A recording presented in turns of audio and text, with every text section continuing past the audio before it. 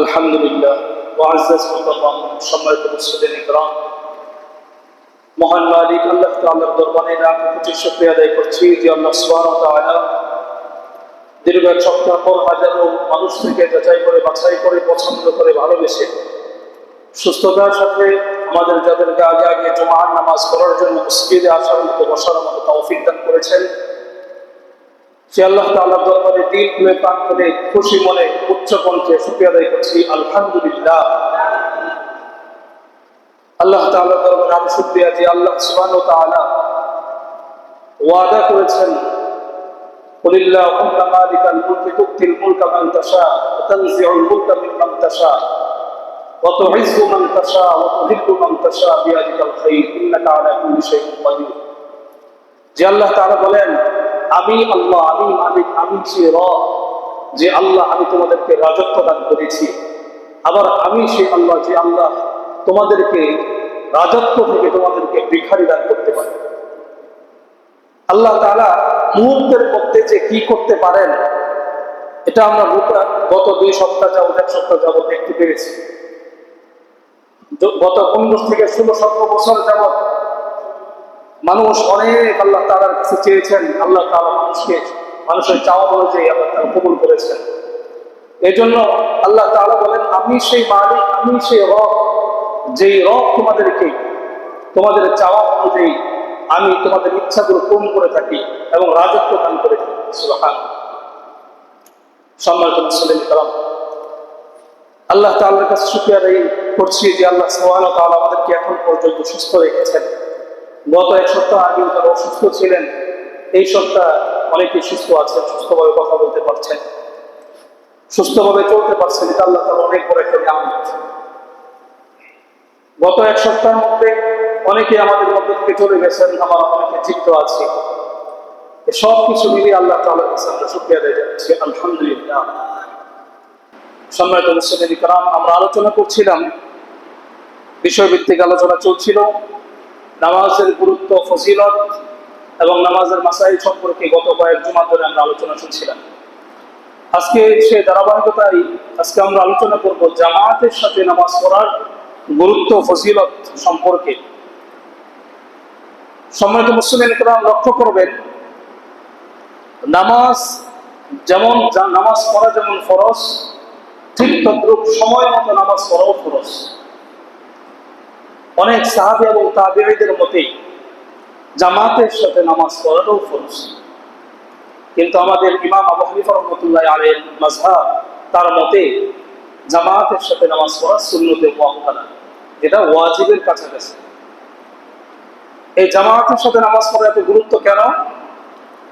কারণ এটা ইসলামের একটা শিয়ার, ধর্মীয় একটা ঐতিহ্য। জামাতের সাথে নামাজ পড়লে মুসলমানদের সংঘবদ্ধতা, একত্রিত হওয়া বোঝায়। জামাত মানুষকে একত্রিত হওয়া বোঝায়, মুসলমানদেরকে একত্রিত হওয়া বোঝায়। জামাত মানে কি? একত্রিত হওয়া। এই জামাতে নামাজ পড়ার মাধ্যমে ধনী গরিবের ভেদাভেদ মানুষ দূরে সরিয়ে দেয়।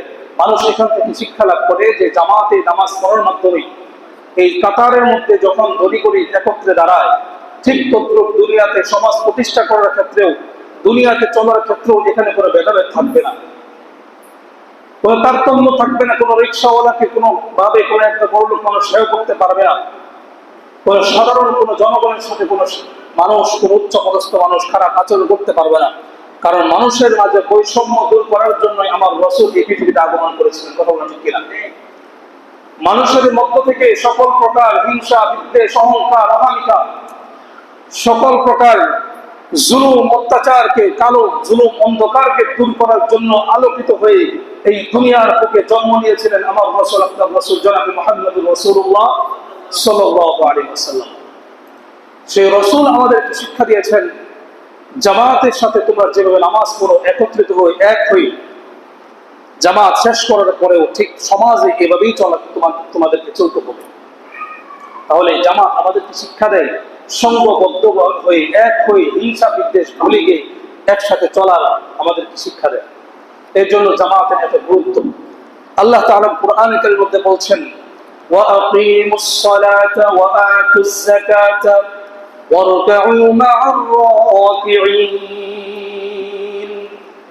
আল্লাহ তাআলা বলেন তোমরা নামাজ কায়েম করো এবং যাকাত আদায় করো রুকুকারীদের সাথে রুকু করো, অর্থাৎ জামাতের সাথে নামাজ পড়ো। রুকুকারীকে যে ব্যক্তি যারা একত্রে হয়ে রুকু করে তাদের সাথে তোমরা রুকু করো, অর্থাৎ জামাতের সাথে নামাজ আদায় করো। এটা আল্লাহ তাআলার আদেশ। তার মানে আল্লাহ তাআলা যে বিষয়টা কোরআনের মধ্যে বলেন এটা আবশ্যক হয়ে যায়। এটা কি হয়ে যায়? আবশ্যক হয়ে যায়। এজন্য হেলায় খেলায় যারা জামাতের সাথে নামাজ পড়া ছেড়ে দেয় তাদের বিষয়ে আল্লাহর হাবিব সাল্লাল্লাহু আলাইহি ওয়াসাল্লাম অনেক ভীতি প্রদর্শন করেছেন। তাদের ব্যাপারে অনেক ভয় ভীতি বিষয় আল্লাহর হাবিব দেখিয়েছেন, বলেছেন তাদের ব্যাপারে। আল্লাহর হাবিব সাল্লাল্লাহু আলাইহি ওয়াসাল্লামকে সাহাবীরা বললেন, যেই সমস্ত মানুষেরা জামাতের সাথে নামাজ আদায় করে না তাদের শাস্তি কি? আল্লাহর হাবিব সাল্লাল্লাহু আলাইহি ওয়াসাল্লাম বললেন, কোন ব্যক্তি যখন সব নামাজ পড়ে, 5 ওয়াক্ত নামাজ আদায় করে, রোজা করে, সব করে, হজ করে, কিন্তু সে জামাতের সাথে নামাজ আদায় করে না, জুমার নামাজ জামাতের সাথে করে না, এই ব্যক্তি কাল কিয়ামতের ময়দানে জাহান্নামী হবে। নাউজুবিল্লাহ। অথচ লোকটা ঈমানদার ছিল। অথচ লোকটা কি ছিল? ঈমানদার ছিল। শুধুমাত্র জামাতের সাথে নামাজ না পড়ার কারণে লোকটা কাল কিয়ামতের ময়দানে দীর্ঘ সময় জাহান্নাম ভোগ করবে। তারপর আল্লাহ তাআলার ইচ্ছায় হয়তো সে জান্নাত পেতে পারে, জান্নাত পাবে, কিন্তু তাকে শাস্তি ভোগ করতে হবে। শুধু তাই নয়, আল্লাহর হাবিব সাল্লাল্লাহু আলাইহি ওয়াসাল্লাম যারা জামাতের সাথে নামাজ আদায় করে না তাদের ব্যাপারে কি পরিমাণ ভীতি প্রদর্শন করেছেন, ধমক দিয়েছেন। আল্লাহর হাবিব বলেন, আপনারা এই হাদিস শুনেছেন। আল্লামা দিল হোসেন সাইদি সাহেব রাহিমাহুল্লাহ তাআলা তিনি এই হাদিসটা এতবার বলেছেন, এত ধমকের সুরে এই বাংলার জমিনে বলে গিয়েছেন। আর তিনি যে সমস্ত আলোচনা করে গেছেন তারপরে আর আলোচনা দরকার ছিল না বাংলার জমিনে। কিন্তু মানুষ, আমাদের কান বধির হয়ে গেছে, আমাদের অন্তরের মধ্যে মোহর করে গিয়েছে, যার কারণে আমাদেরকে বারংবার কথা বলতে হয়, সব আলোচনা শুনতে হয়, যাতে করে আমাদের আপনাদের ভিতর থেকে দিলটা পরিষ্কার করা যায়, দিলটা নরম করা যায়। তা না হলে আল্লামা সাইদি সাহেব যে পরিমাণ আলোচনা এই বাংলার জমিনে করে গিয়েছে প্রত্যেকটা বিষয় সম্পর্কে, আমাদের ওলামায়ে কেরামরা বলেন এরপরে আর আলোচনা বাংলার জমিনে দরকার হয় না। তার আলোচনাগুলো যদি মানুষ বারংবার শুনে প্রত্যেকটা বিষয় তার আলোচনায় পেয়ে যাবে মানুষ। কোনো বিষয় বাদ রাখে নাই। আপনার সমাজ প্রতিষ্ঠা করার জন্য কি দরকার, একটা মানুষ জান্নাতের পথে চলার জন্য কি দরকার, সব কিছু তিনি এমন ভাবে মানুষের সামনে সুন্দরভাবে ফুটিয়ে তুলেছিলেন। আল্লাহ তাআলা তার কবরটাকে নূরে নূরান্বিত জান্নাতি করে দেন। সকলে আমিন। সম্মানিত মুসলিম, কারণ তো বলছিলাম আল্লাহর হাবিব সাল্লাল্লাহু আলাইহি ওয়াসাল্লাম কি ধমক দিয়ে গেছেন। আল্লাহর হাবিব বলেন, যে ব্যক্তিরা জামাতের সাথে নামাজ আদায় করে না, ইচ্ছাকৃতভাবে ঘরে নামাজ আদায় করে, আমার মনে চাই আমি যুবকদেরকে বলি, তোমরা লাকড়ি একত্রিত করো, লাকড়ি জমা করো, আর আমি ওই সমস্ত ঘরগুলো জ্বালিয়ে দিই, পুড়িয়ে দিই, ছাড়খাড় করে দিই। কথাটা কে বলেছেন আপনি একবার লক্ষ্য করে দেখেন। রাহমাতুল লিল আলামিন, যিনি উম্মতের জন্য দোয়া করতেন, সর্বদা নামাজের মধ্যে দাঁড়িয়ে কান্নাকাটি করতেন, ওয়াইন তুআযিবহুম ফাইন্নাহুম ইবাদুক ওয়া ইন তাগফির লাহুম ফাইন্নাকা আনতাল গফুরুর রহিম। যে রাসূল আল্লাহ তাআলার কাছে দোয়া করতেন, হে আল্লাহ আপনি ক্ষমাকারী, আপনি আপনার বান্দাদেরকে ক্ষমা করেন। আপনি যদি ক্ষমা না করেন আপনার তাতে কিছু যায় আসে না, তারও তো আপনার বান্দা। আর আপনি যদি ক্ষমা করেন, আপনি তো ক্ষমাশীল আল্লাহ, আপনি ক্ষমা করতে ভালোবাসেন, আপনি ক্ষমা করে দেন। এইভাবে উম্মতের জন্য বারবার যে রাসূল কান্নাকাটি করেছেন, সেই রাসূল বলছেন, আমার মনে চায় যা ইচ্ছাকৃতভাবে ঘরে বসে নামাজ আদায় করে তাদের ঘরগুলো আমি এরকম ভাবে লাকড়ি দিয়ে জ্বালিয়ে দিই। কত বড় ধমকের কথাটা বলেছেন। এই জন্য আজকে যারা হেলায় খেলায় অল্পতেই যার নামাজ ছেড়ে দেয়, তাদের এই বিষয়গুলো আমাদেরকে লক্ষ্য রাখতে হবে। কি কি বিষয় জামাত ছাড়তে পারবো এটা আল্লাহর হাবিব বলে দিয়েছেন। কোন কোন ওযুরের কারণে, কোন কোন কারণ বশতে জামাতের নামাজ ছাড়া যাবে।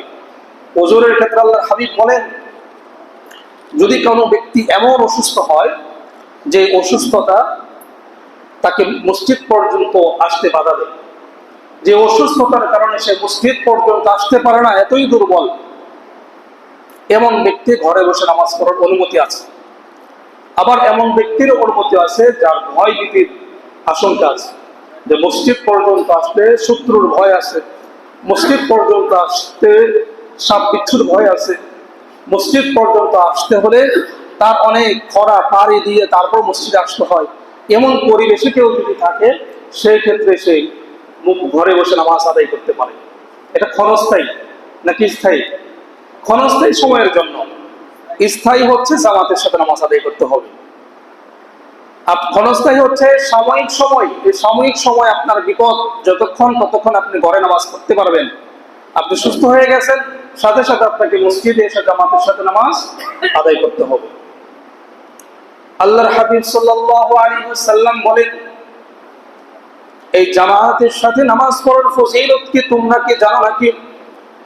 আল্লাহর হাবিব বলেন, সালাতুল জামাতি আফজালু সালাতিল ফারদি বি27 দারাজা। জামাতের সাথে নামাজ পড়লে 27 গুণ সওয়াব বেশি হয়। সুবহানাল্লাহ। 27 গুণ সওয়াব আল্লাহ তাআলা তার আমলনামায় বেশি দান করেন। শুধু তাই নয়, আল্লাহর হাবিব সাল্লাল্লাহু আলাইহি ওয়াসাল্লাম বলেন, যে সমস্ত বান্দারা জামাতের সাথে নামাজ পড়ার জন্য ঘর থেকে বের হয়, তাদের প্রতিটি কদমের বিনিময়ে আল্লাহ তাআলা একটি করে গুনাহ মাফ করে দেন। সুবহানাল্লাহ। শুধু তাই নয়, তাদের প্রতিটি কদমের বিনিময়ে একটি করে নেকি আল্লাহ তাআলা তার আমলনামায় দান করেন। আল্লাহর হাবিব সাল্লাল্লাহু আলাইহি ওয়াসাল্লামের জামানায় মসজিদে নববীর কাছে যারা বাড়ি বানাতে চেয়েছিল, সাহাবীরা যখন মসজিদের কাছে বাড়ি বানাতে চাইছিল, আল্লাহর হাবিব বলতেন, মসজিদ থেকে দূরে বাড়ি বানাও। মসজিদ থেকে দূরে কেন বাড়ি বানাবে? কারণ মসজিদ পর্যন্ত আসতে তোমার কদম গুণ বেশি পড়বে আর তোমার আমলনামায় সওয়াব বেশি হবে। এইভাবে সাহাবীরা এরকম ভাবে জামাতের সাথে নামাজ পড়ার এবং নেকি অর্জন করার ব্যাপারে প্রতিযোগিতায় লিপ্ত হতো। শুধু তাই নয়, দূরের বিষয় না, কাছাকাছির বিষয়গুলি উপমহাদেশের শাইখুল হাদিস আল্লামা মাহমুদুল হাসান দেওবন্দি রাহমাতুল্লাহি আলাইহি এই সমস্ত বুজুর্গানে দিন যখন জামাতের সাথে নামাজ পড়তেন, তাদের সময়তে এত দূরে দূরে মসজিদ ছিল না। আজকে আমাদেরও মসজিদ থেকে বাড়ি দূরে দূরে না, কাছাকাছি বাড়ি। সেই ক্ষেত্রে আমরা কি করতে পারি? বুজুর্গানে দিন বলতেন, আমরা কাছাকাছি বাড়ি হওয়ার কারণে আমরা কদমগুলো ছোট ছোট করে ফেলতাম, যাতে করে বেশি বেশি কদম পড়ে আর বেশি বেশি নেকি আমাদের আমলনামায় লেখা হয়। সুবহানাল্লাহ। আমল বৃদ্ধি করার জন্য তাদের চিন্তা চেতনা কেমন ছিল, এরকম ভাবে আমাদেরকে চিন্তা করতে হবে। দুনিয়ার জীবনে তো চিরদিন থাকার জন্য কেউ আসি নাই। আখিরাতের জিন্দেগিতে আমার টাকা সম্পদ আমাকে বাঁচাতে পারবে না। আখিরাতের জিন্দেগিতে আমাকে সম্মানিত করবে, আমাকে জান্নাতি করবে যে বিষয়টা, সেটার নাম আমল। সেটার নাম কি? আমল। আপনার আমলটা কতটুকু গ্রহণযোগ্যতা আল্লাহ তাআলার কাছে পাবে, ওভাবেই আপনাকে আমল করতে হবে। আল্লাহর কাছে গ্রহণযোগ্যতা পাওয়ার জন্য কতটা সুন্দরভাবে আমল করা দরকার, ততটা সুন্দর করে আপনাকে আমল করতে হবে। লামসাম আমল করলে চলবে না। নামদারি মুসল্লি হলে চলবে না। আল্লাহ তাআলা ডাইরেক্ট বলে দিয়েছেন, ফাওয়াইলুল লিল মুসাল্লিন, ওই সমস্ত মুসল্লি ধ্বংস হোক যারা কি করে, আল্লাযীনা হুম আন সালাতিহিম সাহুন, আল্লাযীনা হুম আন সালাতিহিম সাহুন, আল্লাযীনা হুম ইউরাউন, যারা মানুষকে দেখানোর জন্য কি করে, নামাজ আদায় করে। যারা লামসাম অলসতার সাথে নামাজ আদায় করে, এই সমস্ত ব্যক্তিদের ব্যাপারে বলা হচ্ছে, এই সমস্ত ব্যক্তিরা ধ্বংস। যারা অলসতার সাথে নামাজ আদায় করে, মানুষকে দেখানোর উদ্দেশ্যে নামাজ পড়ে, মানুষকে দেখানোর উদ্দেশ্যে আমল করে, এই সমস্ত মানুষের কোনো আমল আল্লাহ তাআলার কাছে গ্রহণযোগ্য হবে না। সম্মানিত মুসলিম ইকরাম, সাহাবে কেরামের মধ্যে আল্লাহর হাবিবের আদেশ মানার প্রতি কেমন গুরুত্ব ছিল এবং জামাতের প্রতি তাদের নামাজ পড়ার কেমন গুরুত্ব ছিল, প্রসিদ্ধ ঘটনা আপনারা জানেন। হযরত আব্দুল্লাহ আনসারী রাদিয়াল্লাহু তাআলা আনহুর কথা। হযরত আব্দুল্লাহ আনসারী রাদিয়াল্লাহু তাআলা আনহু, তিনি আল্লাহর হাবিবের নিয়মিত মুসল্লি ছিলেন। তিনি নামাজ আদায় করতেন, কিন্তু নামাজ আদায় করার জন্য তিনি সর্বশেষ মুসল্লি, সবার পরে আসতেন এবং সবার আগে চলে যেতেন। এমন একজন মুসল্লি ছিলেন যিনি সবার পরে আসতেন এবং সবার আগে চলে যেতেন। 3 দিন ওমর রাদিয়াল্লাহু তাআলা আনহু বিষয়টা লক্ষ্য করেছেন যে এই সাহাবী এমন কেন করে। 3 দিন দেখার পর আল্লাহর হাবিবের কাছে অভিযোগ করলেন যে আপনার সাহাবী আব্দুল্লাহ আনসারী রাদিয়াল্লাহু তাআলা আনহু এমন কাণ্ড করে থাকেন। আল্লাহর হাবিব সাল্লাল্লাহু আলাইহি ওয়াসাল্লাম ওমর রাদিয়াল্লাহু তাআলা আনহুকে বললেন, আর ওমর রাদিয়াল্লাহু তাআলা এই কথাও বলছিলেন, হে আল্লাহর হাবিব, আপনি বলেছেন যে সমস্ত সাহাবীরা মসজিদে এসে তাড়াহুড়া করে এবং মসজিদে এসে শুধু ঘড়ির দিকে তাকায়, মসজিদে এসে শুধু বাড়িতে যাওয়ার চিন্তা করে, তাদের নামটা মুনাফিকের খাতায় লেখা থাকে। যারা মসজিদ থেকে তাড়াতাড়ি বের হওয়ার জন্য ছটফট করে, মাছ যেমন পানিতে নামার জন্য ছটফট করে, এরকম ভাবে কিছু মুসল্লি মসজিদে আসলে ছটফট করে কখন মসজিদ থেকে বের হবে। মসজিদে এসে শুধু ঘড়ির দিকে তাকায় থাকে, কয়টা বাজে, হুজুর কখন দাঁড়াবে। পারলে হুজুরের আগেই দাঁড়ায় যায়, শুধু পারে না হুজুরের জায়গায় এসে নামাজটা পড়াইতে। এই বিষয়গুলো লক্ষ্য রাখতে হবে। ইমাম যতক্ষণ জায়নামাজে না দাঁড়াবে ততক্ষণ মুসল্লি দাঁড়াতে পারবে না। ধৈর্য ধারণ করতে হবে। আপনি মসজিদে আসছেন নামাজ পড়ার জন্য, ধৈর্য সহকারে অপেক্ষা করেন। আপনি 5 মিনিট 10 মিনিট বসে থাকছেন, অপেক্ষা করতে পেরেছেন, আর 1 মিনিট 30 সেকেন্ড সময় বসে থাকতে পারেন না, দাঁড়ায় যান ইমামের আগে। এই বিষয়গুলো লক্ষণীয়, বিষয়গুলো মানে দৃষ্টির মধ্যে পড়ে, দৃষ্টিকটু। এই জন্য বিষয়গুলো লক্ষ্য রাখবেন। আল্লাহর হাবিব সাল্লাল্লাহু আলাইহি ওয়াসাল্লাম বলেন, হে ওমর, কারো ব্যাপারে কথা বলার ব্যাপারে ধারণা করে কথা বলো না, তার ব্যাপারে যাচাই করে কথা বলতে হবে। আল্লাহর হাবিব সাল্লাল্লাহু আলাইহি ওয়াসাল্লাম 4 জন বিশিষ্ট সাহাবীদেরকে আব্দুল্লাহ আনসারী রাদিয়াল্লাহু তাআলা আনহুর বাড়ির কাছে গেলেন। বাড়িতে যে আব্দুল্লাহ আনসারী রাদিয়াল্লাহু তাআলা আনহুকে সালাম দিলেন, আসসালামু আলাইকুম ইয়া আহলাল বাইত, হে ঘরবাসী, আল্লাহ তাআলা তোমার উপর রহমত নাযিল করুক। এরকম ভাবে 3 বার যখন সালাম দিলেন, ঘর থেকে কোনো আওয়াজ আসলো না। তৃতীয়বার আল্লাহর হাবিব সাল্লাল্লাহু আলাইহি ওয়াসাল্লাম সালাম দেওয়ার পর যখন কোনো আওয়াজ আসছিল না, আল্লাহর হাবিব চলে যাওয়ার মতো উদ্যোগ নিলেন। পিছন থেকে সাহাবী ডাক দিয়ে বললেন, হে আল্লাহর হাবিব, ওয়া আলাইকুমুস সালাম ওয়া রাহমাতুল্লাহি ওয়া বারাকাতুহু, আল্লাহর হাবিব আমাকে ক্ষমা করবেন, আপনি 3 বার আমাকে সালাম দিয়েছেন, 3 বার ডাক দিয়েছেন, আমি জবাব দিতে পারি নাই। আল্লাহর হাবিব বললেন, হে আমার সাহাবী, তুমি কি জানো না, আমি যদি কোনো সাহাবীর প্রতি, কোনো মানুষের প্রতি বিরক্তি হয়ে যায়, আল্লাহ তাআলা ওই সাহাবীর উপর, ওই মানুষের উপর বিরক্ত হয়ে যায়, আল্লাহ তাআলা তাকে ধ্বংস করে দেয়। আর আমি তোমাকে 3 বার বলেছি, 3 বার ডাক দিয়েছি, 3 বার সালাম দিয়েছি, তুমি আমার সালামের জবাব দাও নাই। সাহাবী বলেন, হে আল্লাহর হাবিব, কারণ আছে, সালামের জবাব না দেওয়ার পিছনে কারণ আছে। কারণটা কি?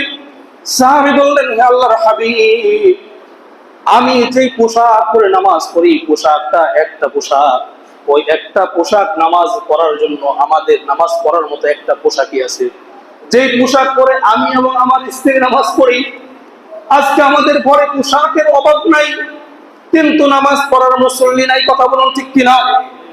গর্ভবতী পোশাক আছে, সুন্দর সুন্দর পোশাক আছে, কিন্তু মুসল্লি নাই। কিন্তু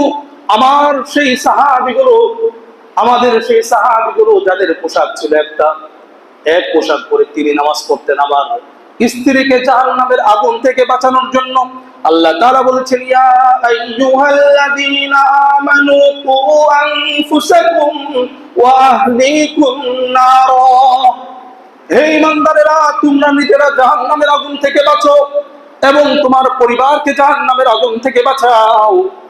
আমি আল্লাহ তাআলার সেই আয়াতের দিকে লক্ষ্য করে, হে আল্লাহর হাবিব, আমি দ্রুত বাড়িতে চলে আসি আমার আহলিয়াকে জাহান্নামের আগুন থেকে বাঁচানোর জন্য। তিনি ওই কাপড়টা পরে তিনি নামাজ পড়েন, আমি উলঙ্গ হয়ে গর্তের মধ্যে বসে থাকি, আমার স্ত্রী ওই পোশাক পরে নামাজ আদায় করে। আল্লাহর হাবিব কথাটা শুনে চোখ দিয়ে জল করে পানি পড়া শুরু করেছে। সে আমার সাহাবী, আমি তোমার উপর সন্তুষ্ট হয়ে গিয়েছি, আমি তোমার উপর রাজি এবং সন্তুষ্ট হয়ে গেছি। আল্লাহ তাআলা তোমার উপর রাজি সন্তুষ্ট হয়ে গিয়েছে। তুমি আল্লাহ তাআলাকে রাজি এবং সন্তুষ্ট করার জন্য, এক পোশাক পরে নামাজ আদায় করো, তারপর নামাজ কামাই দাও না, তোমার স্ত্রীকে নামাজ কামাই যেতে দাও না। তোমার স্ত্রীকে নামাজের ব্যাপারে গুরুত্ব দিয়েছো, হে আমার সাহাবী, তোমার প্রতি আমি সন্তুষ্ট হয়ে গিয়েছি। কিন্তু আল্লাহর হাবিব লক্ষ্য করে দেখলেন বাড়ির সামনেই দুইজন বাচ্চা খেজুর গাছের সাথে বাঁধা। আল্লাহর হাবিব বললেন, সবকিছু ভালো লাগে দেখেছে, তোমার উপর আমি সন্তুষ্ট হয়েছি, আল্লাহ তাআলা তোমার উপর সন্তুষ্ট হয়েছে, কিন্তু এই বিষয়টা ভালো লাগবে না। দুইজন বাচ্চা, নিষ্পাপ বাচ্চাকে তুমি কেন বেঁধে রেখেছ? তখন সাহাবী জবাব দেয়, আল্লাহর হাবিব, এই যে খেজুর গাছ, ওই খেজুর গাছটা একটা ইহুদির খেজুর গাছ। এই খেজুর গাছটা হেলে আমার বাড়ির উঠানোর মধ্যে পড়েছে, আর এই খেজুর গাছের থেকে যখন খেজুর পড়ে আমার বাচ্চাগুলো তো নিষ্পাপ বাচ্চা, বুঝে না, তারা ইহুদির গাছের খেজুর খায়। আর আপনি বলেছেন কোন কাফের মুশরিকের খাবার যখন কোন মুসলমানের পেটের মধ্যে ঢুকে, ওই কাফের মুশরিকের খাবার ঢুকলে কোনো আমল কবুল হয় না, কোন আমলের মধ্যে মজা পাওয়া যায় না, ওই আমলগুলো বরবাদ হয়ে যায়, নেকি বরবাদ হয়ে যায়। এই জন্য আমি আমার সন্তান, আদরের সন্তানকে শিকল দিয়ে বেঁধে রেখেছি। কেমন ঈমান ছিল তাদের! নিষ্পাপ বাচ্চা, আর আমরা হয়তো বলতাম, আরে পরের গাছের ফল খাইছে তাই কইছে, বোঝে না তো আমার সন্তান, না বুঝে খাচ্ছে, কিছু তো হবে না। কিন্তু তাদের চিন্তা চেতনা ছিল যে আমার সন্তানকে জাহান্নামের আগুন থেকে বাঁচাতে হবে। আপনারা বলেন, কাল কিয়ামতের ময়দানে আল্লাহর হাবিব যে বলেছেন নামাজ না পড়লে জাহান্নামে যেতে হবে কি হবে না? কথা বলেন, যেতে হবে কি হবে না? আল্লাহ রাসূলের কথা কি মিথ্যা? তাহলে আপনি কথা বলছেন না কেন? আল্লাহর হাবিব বলছেন রোজা না রাখলে জাহান্নামে যেতে হবে কি হবে না? জুড়ে বলেন, যেতে হবে কি হবে না? এরকম ভাবে আল্লাহর হাবিব যে সমস্ত আদেশের কথা বলেছেন, নিষেধের কথা বলেছেন, এই প্রত্যেকটা কথা সত্য না মিথ্যা? অবশ্যই সত্য। নামাজ পড়তে হবে, অবশ্যই সত্য। নামাজ না পড়লে শাস্তি হবে, অবশ্যই সত্য। তাহলে আপনি কেন আপনার সন্তানকে নামাজের আদেশ দেন না? আপনি নিজে কেন নামাজ পড়েন না? তাহলে কি আপনি আল্লাহ রাসূলের কথা বিশ্বাস করেন না? আপনার কাছে আমার প্রশ্ন, আপনি যদি রাসূলের কথা বিশ্বাস করে থাকেন, আপনার বিশ্বাসের মর্যাদা কি? বিশ্বাসের কি? আপনার প্রমাণ কি? বিশ্বাসের প্রমাণ তো তখনই মিলবে যখন আপনি নামাজ পড়বেন। বিশ্বাসের প্রমাণ তো তখনই মিলবে যখন আপনি রোজা রাখবেন। বিশ্বাসের প্রমাণ তো তখনই মিলবে যখন আপনি পরিপূর্ণভাবে যাকাত আদায় করবেন। বিশ্বাসের প্রমাণ তো তখনই মিলবে যখন আপনি আল্লাহ তাআলার প্রত্যেকটা আদেশ, আল্লাহ তাআলার প্রত্যেকটা নিষেধ সঠিকভাবে মানবেন। কথা বলে ঠিক কিনা? সম্মানিত মুসলিম کرام, আল্লাহ তাআলার আদেশ সর্বহালতে, সর্ব অবস্থায়, বিনা অজুহাতে মানার নামই হচ্ছে মুমিন। বলেন, কি বলছি? আল্লাহ তাআলার আদেশ, আল্লাহ তাআলার নিষেধ সর্ব অবস্থায়, সর্বহালতে, বিনা অজুহাতে, বিনা ওজরে মেনে নেওয়ার নামই হচ্ছে মুমিন, মুসলমান। কোনো অজুহাত চলবে না। নামাজের আযান হয়েছে হাইয়া আলাস সালাহ, নামাজের আযান যখন হবে হাইয়া আলাস সালাহ, তারপর পাক না না পাক, এই অজুহাত আল্লাহ তাআলা দেখবে না। নামাজের আযান হয়েছে হাইয়া আলাস সালাহ, আপনার কাজ আগে না নামাজ আগে, এটা আপনাকে বিবেচনা করতে হবে। আপনার বিবেকের কাছে প্রশ্ন করতে হবে যে আমি যদি মুমিন হয়ে থাকি, আমার রাসূল বলেছেন নামাজ পড়তে হবে। আমি যদি মুমিন হয়ে থাকি, আমার রাসূল বলেছেন রোজা রাখতে হবে। আমি যদি মুমিন হয়ে থাকি, আমার রাসূল বলেছেন জামাতের সাথে নামাজ আদায় করতে। অবশ্যই আপনাকে সমস্ত কাজ বাদ দিয়ে জামাতের সাথে নামাজ আদায় করতে হবে কি হবে না? এই জন্য সম্মানিত মুসলিম کرام, আপনাদের কাছে বারবার উলামায়ে কেরাম বলেন জামাতের সাথে নামাজ আদায় করেন, নামাজ আদায় করেন। এই নামাজ ছাড়া কাল কিয়ামতের ময়দানে যতই আপনি আল্লাহর ওলি হন, নামাজ ছাড়া আল্লাহর ওলি হওয়া, নামাজ ছাড়া জান্নাত পাওয়া অসম্ভব, কখনোই সম্ভব না। যেই নামাজের জন্য, যে নামাজ প্রতিষ্ঠা করার জন্য আমার রাসূল তায়েফে মার খেলেন, আমার রাসূল সর্ব অবস্থায় মার খেয়েছেন, উহুদ দান শহীদ করেছেন, যে রাসূল নামাজ প্রতিষ্ঠা করার জন্য তো মার খেয়েছেন, আর আপনি সেই রাসূলের কথাকে উপেক্ষা করে নামাজ না পড়ে ঘরে শুয়ে শুয়ে টেলিভিশন দেখেন, আর আপনি রাসূলের উম্মত দাবি করেন, আপনি কখনোই রাসূলের উম্মত হতে পারেন না। কখনোই রাসূলের উম্মত হতে পারেন না। আপনি মিষ্টি খাওয়া মুসলমান, আপনি সুন্নত পালন করতে ভালোবাসেন, যে সুন্নতের মধ্যে মজা আছে, আপনি সুন্নত পালন করতে ভালোবাসেন, যে সুন্নতের মধ্যে কোনো শাস্তি নাই, যে সুন্নতের মধ্যে কোনো কষ্ট নাই, আপনি এমন মুসলমান। সুন্নত তো ওটার নাম না যে সুন্নত শুধুমাত্র আনন্দের মধ্যেই আছে।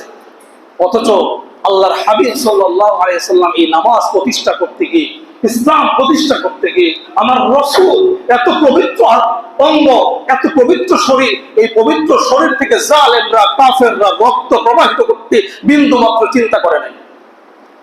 সে রাসূল বলছেন ওয়াকিমুস সালাহ, হে আমার উম্মতেরা, আল্লাহ তাআলা বলছেন তোমরা নামাজ কায়েম করো, কায়েম প্রতিষ্ঠা করো। একা নামাজ পড়লে হবে না, নামাজ সমাজে প্রতিষ্ঠা করতে হবে। তোমার বাড়িওয়ালাকে নামাজের আদেশ তোমাকে অবশ্যই দিতে হবে, তোমার সন্তানকে নামাজের আদেশ অবশ্যই তোমাকে দিতে হবে, তোমাকে নামাজ অবশ্যই তোমাকে পড়তেই হবে। নামাজ ছাড়া তোমার উপায় নাই। তুমি মুসলমান দাবি করতে পারো না, তুমি মুমিন দাবি করতে কখনোই পারো না। শুধুমাত্র কুরবানির সময় আসলে ব্যাগ একটা হাতে নিয়ে মুসলমান দাবি করেন গোশত নেওয়ার জন্য, এটার নাম মুসলমান হতে পারে না। সারা জীবন আপনাকে মসজিদের বারান্দায় দেখা যায় না, শুধুমাত্র জুমার দিন একটা ঠুকুর দিয়ে গেলেন আর নিজেকে মুসলমান দাবি করলেন। খুব সুন্দর মুসলমান আপনি, কখনোই আপনি মুসলমান হতে পারেন নাই। আল্লাহ তাআলার কাছে সবাই তওবা করেন, আল্লাহ তাআলা যেন হায়াত কখন আমাদের আজরাইল পাঠিয়ে দেন। আজরাইল একবার চলে আসলে তখন হাজার চেষ্টা করে তার কাছ থেকে ছাড় পাওয়া যাবে না। 2 মিনিটে রাসূলের দিনী তামান্না কেমন ছিল নামাজের প্রতি বলে শেষ করে দিচ্ছি।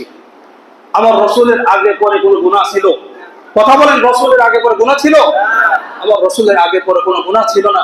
এই রাসূল যখন মুমূর্ষ অবস্থায় মাগরিবের নামাজের মধ্যে তিনি দাঁড়িয়েছেন, মাথা ব্যথা, প্রচন্ড ব্যথা, তিনি মুমূর্ষ অবস্থায় নামাজটা কোনো রকম শেষ করলেন।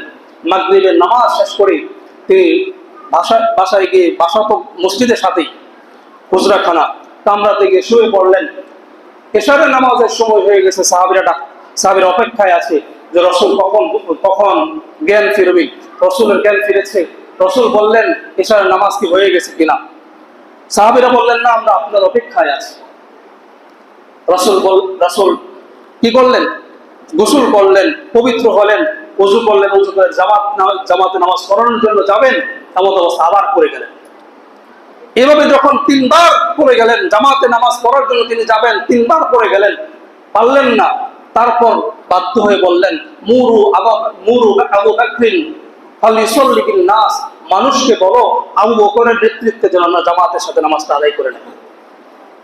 আমার রাসূল 3 বার চেষ্টা করেছে, 3 বার মাথা কোরআন দিয়ে পড়ে গিয়েছে এই জামাতের সাথে নামাজ পড়ার জন্য। অতঃপর যখন তার জ্ঞান ফিরেছে, জ্ঞান ফিরে দেখে আয়েশা রাদিয়াল্লাহু তাআলা আনহা বলেন, হে আল্লাহর হাবিব, আপনার অপেক্ষায় থেকে সাহাবীরা অবশেষে আপনার আদেশে জামাতের সাথে নামাজ আদায় করছে। আল্লাহর হাবিব বললেন, আমার মাথাটা তুমি একটু উঁচা করে ধরো, আমি আমার উম্মতের সফলতা দেখতে চাই। আমি কি ইসলামটাকে সঠিকভাবে মানুষের কাছে প্রতিষ্ঠিত করতে পেরেছি কিনা, দাওয়াতটাকে সঠিকভাবে পৌঁছাতে পেরেছি কিনা আমি দেখতে চাই। রাসূলের মাথা উঁচু করে ধরা হলো। রাসূল দেখলেন তার উম্মতেরা কি সুন্দর শৃঙ্খলভাবে আবু বকরের পিছনে নামাজ আদায় করছে জামাতের সাথে। রাসূল এটা দেখে তার চোখ দিয়ে পানি পড়ছে। আল্লাহর হাবিবকে প্রশ্ন করলেন আয়েশা রাদিয়াল্লাহু তাআলা আনহা, হে আল্লাহর হাবিব, আপনি কি কষ্টে কান্না করছেন? আল্লাহর হাবিব বললেন, এটা কোনো কষ্টের কান্না না, এটা আনন্দের কান্না, আমি সফল কাম হয়ে গেছে। সুবহানাল্লাহ। আমার উম্মতেরা জামাতের সাথে নামাজ আদায় করবে, এটাই তো আমি চেয়েছিলাম। এই নামাজ প্রতিষ্ঠা করার জন্য আমি আমার বন্ধন মুবারক শহীদ করেছি। এই নামাজ প্রতিষ্ঠা করার জন্য কাফেররা, মুশরিকরা আমার মাথার উপর নারী ধুই রেখেছিল। কাফের মুশরিকরা তায়েফের ময়দানে কাফের মুশরিকরা পাগল বলে আমাকে আখ্যায়িত করে পাথর নিক্ষেপ করেছিল, শুধুমাত্র এই নামাজ প্রতিষ্ঠা করার জন্যই তো। আজকে আমি রাসূল যখন দেখতে পেলাম আমার জামাত আমি করতে চাই, বারবার করতে চেয়েছিলাম, কিন্তু আমি পারছি না, রাসূল এই অবস্থায় দেখে তিনি সন্তুষ্ট হয়ে এটা দেখে তিনি শেষ বিদায় নিয়েছেন। আমার রাসূল যদি আগে পিছে কোনো গুনাহ না থাকে, নিষ্পাপ হয়ে থাকে, আমার রাসূল নামাজ পড়তে পড়তে তার পা মোবারক ফুলিয়ে ফেলেছে, ইতিহাসে আছে কি আছে না? ইতিহাসে আছে না? আমার রাসূল নামাজ পড়তে পড়তে পা মোবারক ফুলিয়ে ফেলছে, পা ফেটে পানি বের হচ্ছে, পা ফেটে রক্ত পড়েছে। সাহাবীদের নামাজ পড়তে পড়তে জীবন পার করে দিয়েছে, নামাজ ছাড়ে নাই। তাবেঈরা নামাজ পড়তে পড়তে জীবন পার করে দিয়েছে, নামাজ ছাড়ে নাই। আর আমি আপনি কি হয়ে গেলাম যে নামাজ বছরের পর বছর ছেড়ে দিচ্ছি, একবারও নিজের মনকে প্রশ্ন করলাম না, মন তুই কি গুনাহ করছিস না?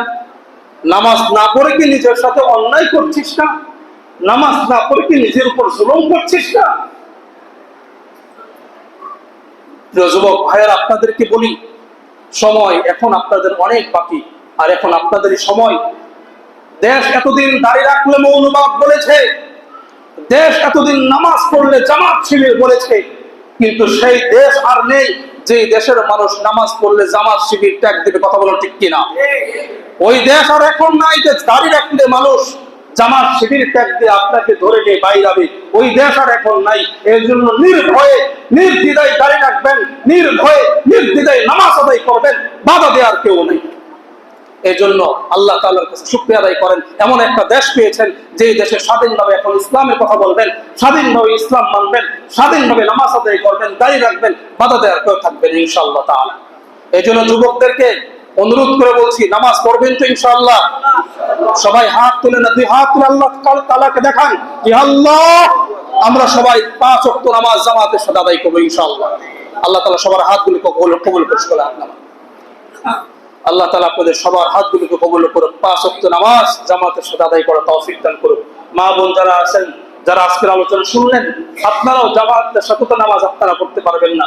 আল্লাহর হাবিব বলেছেন, যারা এই জামানায়, এই ফিতনার জামানায় ঘরে বসে নামাজ আদায় করবে, তারা ওই জামাতের সাথে নামাজ আদায় করার সওয়াব তারা পেয়ে যাবে। সুবহানাল্লাহ।